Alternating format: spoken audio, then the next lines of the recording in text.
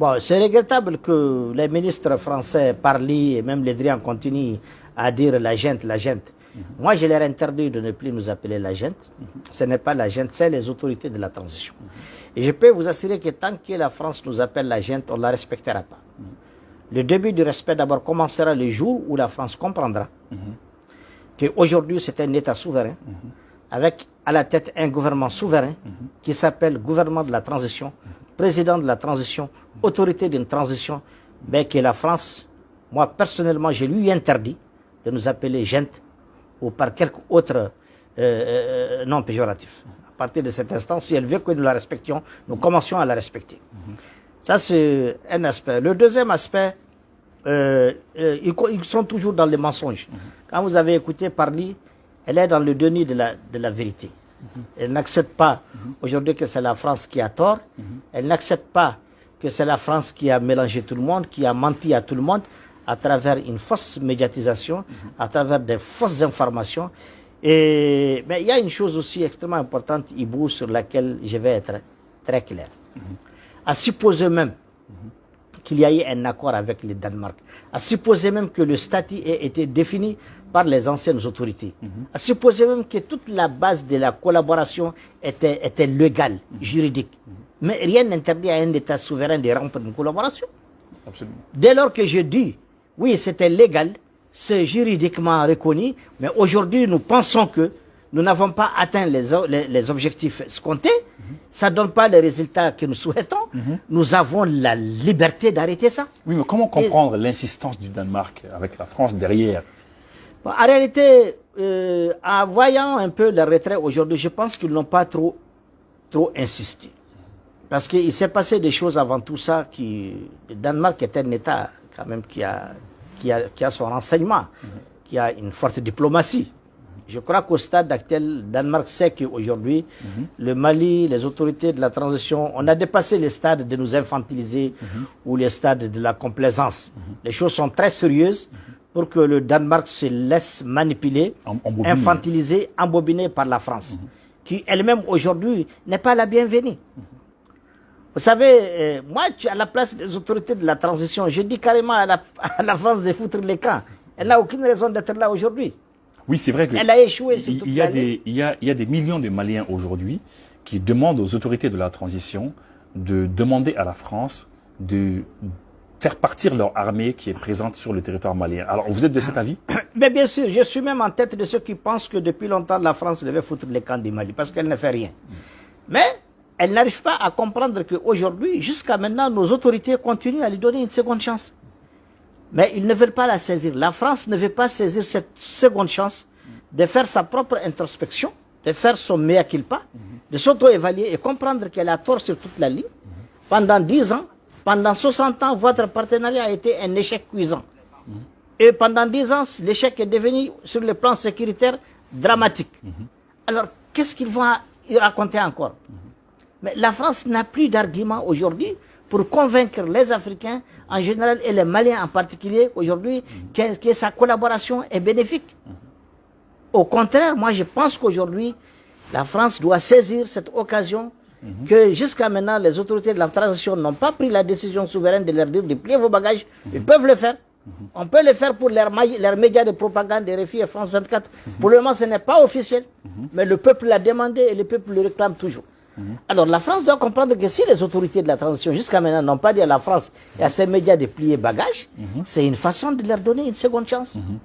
Votre accord de coopération militaire ne fonctionne plus, nous ne travaillons plus sur cette base, nous sommes un État souverain, votre accord ne vaut rien, on vous a dit là où il ne vaut rien, il faut le relire, si vous avez des propositions proposées, on va discuter sur une base saine. Vous ne le faites pas, alors tôt ou tard vous allez dégager. Parce qu'on ne peut pas accepter un mauvais partenaire sur nos territoires et sur nos terroirs. Il n'a aucune raison d'être témoin de ce que nous faisons, d'être présent par rapport à ce que nous faisons, simplement parce qu'il n'est plus partenaire. Donc il doit partir. La France doit profiter de cette occasion pour essayer de se corriger et de s'adapter à la nouvelle situation d'un Mali qui est en train de se prendre au sérieux, qui est en train de restaurer sa dignité et qui tient vraiment à la volonté de son peuple. Maintenant, tout ce qui reste dans la bouche, c'est la démocratie. Vous savez, la démocratie, c'est quoi? Il faut que aussi la France comprenne que ce n'est plus elle qui définit la démocratie. La démocratie, nous allons la définir à notre façon. La démocratie, c'est quoi? C'est le pouvoir du peuple par le peuple. Mais l'élection n'est pas forcément démocratie. Nous allons y arriver. Mais nous allons y arriver avec nos instruments. Avec nos instruments, avec nos outils, avec nos formes d'organisation d'élection. Sinon, la démocratie, la sortie populaire d'avant-hier, c'est une forme de démocratie. Le peuple est là. Si c'est le pouvoir du peuple par le peuple est là partout. Absolument. Et c'est ce même peuple aujourd'hui qui est en train de faire trembler l'Afrique. Donc on ne peut pas discuter la légitimité aujourd'hui de la transition, ni sa démocratie, non. C'est une démocratie populaire. Peut-être nous allons lui donner une organisation plus scientifique, plus mathématique, au point de la chiffrer. Ça, c'est au moins d'élections. Et ces élections, nous allons organiser des instruments qui n'auront pas besoin d'être validés par la France, ni des élections, ni des observateurs de France, ni d'Europe. Ça se fera exactement comme ça s'est fait en France quand elle organise ses élections. Les Mali n'envoient pas d'observateurs, l'Afrique n'envoie pas d'observateurs. Donc il y a cet aspect-là. Il faut que la France change sa posture. Qu'elle comprenne que lorsqu'elle fait ses débats en France ou en Europe, il ne s'agit plus pour nous que la France dise « Nous avons décidé de ce chemin pour l'Afrique. Nous avons décidé de ceci pour le Mali. Nous pensons que pour le Mali, il doit faire... » Non, la France doit comprendre aujourd'hui qu'elle n'a rien à décider ni pour le Mali, ni pour l'Afrique. Elle doit tout simplement écouter ce que les Maliens auront décidé pour eux-mêmes, ce que les Africains auront décidé pour eux-mêmes, et venir négocier son partenariat en toute liberté en tant qu'État souverain face à un État souverain. Mais qu'ils arrêtent de penser qu'ils ont le monopole de l'intelligence, de la réflexion. Ça ne marche plus ici. Et de toutes les façons, le Mali est arrivé à un stade de non-retour. Il n'y a plus de recul. Et je crois qu'aujourd'hui, fort heureusement aujourd'hui, l'Union africaine a compris que les États africains ne sont plus d'accord avec ce sale rôle, ce mauvais travail à laquelle a été réduite notre CEDEAO. D'abord, ces instruments, depuis sa création, ont été truqués pour la plupart. L'acte additionnel, c'est un document truqué qui dans certains endroits, piétine complètement la souveraineté des États. La France, c'est quelque chose. La non-souveraineté de ces chefs d'État, aujourd'hui de la CEDEAO, qui sont devenus un syndicat des chefs d'État au service de la France également, c'est un problème. Donc, fort heureusement, l'Union africaine l'a compris. La preuve, c'est que dans sa résolution, elle, au moins, elle a eu le courage de comprendre que les autorités de la nation n'ont pas dit qu'elles viennent pour rester 5 ans. Elles ont dit tout au plus 5 ans parce que c'est la volonté du peuple. La CEDEAO n'a pas eu le courage de proposer une base de négociation. L'Union africaine a proposé une base, même si elle ne convient pas aux Maliens, au moins elle a proposé une base. C'est la base de la réflexion des frères algériens. Est-ce que vous voyez? Donc ça c'est une base de discussion. Ça ne veut pas dire que c'est la période qui convient aux Maliens, ni c'est la période qu'il faut pour que nous engagions des réformes plus profondes, mais c'est une base. Donc l'Union africaine a compris, et je crois aussi que l'Union européenne a compris aujourd'hui qu'il ne faut pas à tout hasard suivre les balbutiements d'une France qui ne se retrouve plus, entre les mains d'un président qui dit une chose le matin et dit le contraire le soir, comme un enfant qui ne se retrouve plus. Ça, je crois qu'aujourd'hui, l'Union européenne l'a compris, et je crois que même les États-Unis ont compris aujourd'hui que la France n'est plus aujourd'hui une porte d'entrée en Afrique et au Mali. Cela est extrêmement, extrêmement important. D'accord. Alors, on a vu la ministre des Armées, Florence Parly, parler de provocation de la part des autorités maliennes. Bon, vous savez, c'est ça. Le problème, c'est que, je le dis toujours, c'est un manque de considération, un manque de respect.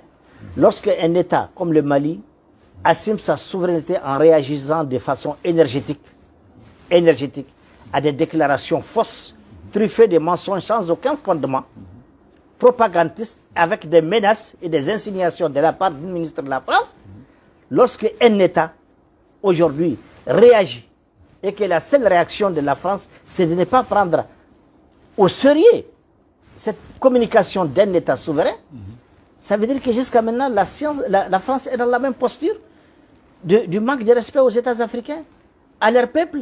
Elle nous prend pour des gens qui ne sont pas intelligents, dont le coefficient intellectuel est bas, comme toujours, la manipulation, les mensonges, ou bien la peur. Bon, ça ne marche pas. C'est à ça que France comment elle s'appelle déjà, France Parly. Oui, Florence Parly. Florence Parly, c'est à ça qu'elle est en train de jouer. Elle ne respecte même plus les Français. Parce que la façon dont elle s'est comportée la dernière fois, c'était une menace. Elle a voulu pousser le Danemark dans une erreur très grave. Il n'y a pas eu d'incident diplomatique, heureusement, parce que les Danois ont assumé leur souveraineté. Parce qu'ils ont lu entre les lignes, ils ont compris que la France elle-même se cherche. Parce qu'en réalité, à travers cette position par rapport au Danemark, la France est sans visée. Et on va y arriver. Si elle ne fait pas bien les choses, elle va partir. Elle partira, elle va quitter le Mali et l'Europe restera au Mali. Parce que l'Europe, ce n'est pas la France. C'est là extrêmement important. Donc, par rapport à cette dame, moi, je crois que je n'ai pas tellement de commentaires. On est trop habitué à elle. On est trop habitué à Le Drian. On est trop habitué à Macron. Moi, je pense que le peuple français doit s'assumer tout simplement. Dégager ces gens-là et donner une chance aujourd'hui, une deuxième chance à la France de développer un partenariat plus serein, un partenariat plus respectueux, plus sain avec le monde, même pas l'Afrique. Parce que ces rapports la politique française a rendu les peuples français même paresseux, trop dépendants. Parce qu'ils ne travaillent plus. Ils sont en train de pomper les richesses africaines, ils sont en train de voler les richesses africaines. Ils pensent qu'ils travaillent. Non, ils ne travaillent pas, ils ne font que voler seulement. Ils ne font que voler les ressources de l'Afrique, les richesses africaines, les revenus des sociétés africaines. C'est de ça qu'ils vivent. Et alors, dans une colère noire aujourd'hui, on a vu le ministre des Affaires étrangères français de l'Europe, M. Jean-Yves Le Drian, qui a une fois de plus employé le terme junte à l'endroit des autorités maliennes. Et il a parlé d'illégitimité et il a fait savoir qu'ils étaient en train de prendre une décision irresponsable. Le fait qu'ils aient demandé au Danemark de repartir. Moi, je crois que c'est Le Drian qui a eu un comportement irresponsable. D'abord, il faut qu'ils arrêtent de continuer à brandir des menaces contre des États souverains. Il a même manqué de respect au Danemark sans le savoir, parce qu'en réalité, ils sont habitués. Vous savez, l'habitude est une seconde nature. Lorsque vous êtes habitué à malmener quelqu'un, à le manipuler, à le tromper, à faire de la propagande, vous oubliez même que la personne existe. En réalité, il a même manqué de respect au Danemark, parce que normalement, dans les bonnes conditions, la France ne peut pas dicter son option au Danemark. Dans les conditions normales. Dans les conditions normales. Alors aujourd'hui, ils sont tellement habitués au faux, au faire semblant, à la tricherie, à la fourberie aujourd'hui, qu'ils oublient complètement que les choses sont en train de changer ou les choses ont même changé. Moi, je l'ai dit dans mes propos, moi j'interdis à toute la France et à Le Drian d'appeler nos autorités gentes. Nous ne sommes pas une gente, c'est des autorités de la transition. C'est un pays en transition, c'est un président de la transition, c'est un gouvernement de la transition, c'est des institutions de la transition. Alors si la France veut qu'on la respecte, ou qu'on commence à croire qu'elle peut changer, qu'elle arrête à partir de cet instant de nous appeler gente, ou putschistes, ou autre chose. Aujourd'hui, nous allons leur apprendre ce que c'est que le pouvoir du peuple par le peuple. Le peuple s'est assumé face au complot international, face au banditisme français et ses alliés. Le peuple s'est assumé, il faut qu'il respecte ça. Donc on ne peut pas continuer à donner aux choses le sens que la France veut. La France doit comprendre qu'aujourd'hui, son dictionnaire, elle les garde. Nous avons notre dictionnaire, nous allons le construire et nous allons nous conformer à cela. C'est là extrêmement important. Un mot par rapport aux victoires que l'armée malienne est en train d'obtenir. Ces temps-ci, l'armée malienne est en train d'enchaîner les victoires. C'est ça qui est en train de traumatiser la France. Elle a tout fait à cause de la propagande pour faire croire que l'armée n'est pas en train de monter en puissance. Est-ce que oui? Elle a tout fait. Elle a utilisé tellement de mensonges pour faire croire. Mais aujourd'hui, je vais vous mettre à l'aise. Dans ces 72 heures, j'ai entendu 2 audios. Elles sont déjà sur les réseaux. Une grande notabilité du nord, de la zone du Gourma, digne de foi, qui a fait un témoignage. Je répète ses propos. Il dit que la paix est tellement en train de revenir dans la zone du Gourma. C'est ce qu'ils appellent les 3 frontières. La paix est en train de revenir dans la partie malienne qu'il dit aucune chèvre ne cogne sa voisine. C'est une façon tamashek de dire que c'est la cohésion totale. Ça, c'est un témoignage. Et nous avons les mêmes témoignages dans plusieurs zones. Alors maintenant, s'il reste à la France qu'elle poche parmi les gens qu'elle manipule, qui pose quelques mines par-ci, par-là, ça va s'arrêter. Parce qu'aujourd'hui, avec les moyens de renseignement, aujourd'hui, la paix a changé de camp. Avec les moyens de renseignement, avec l'aviation, le vecteur aérien et tout le reste, la paix a changé de camp. Donc ceux qui continuent à poser des mines, à un moment donné, ils n'auront même plus aujourd'hui le courage de poser des mines. Et à un moment donné, ils vont finir par se rendre eux-mêmes.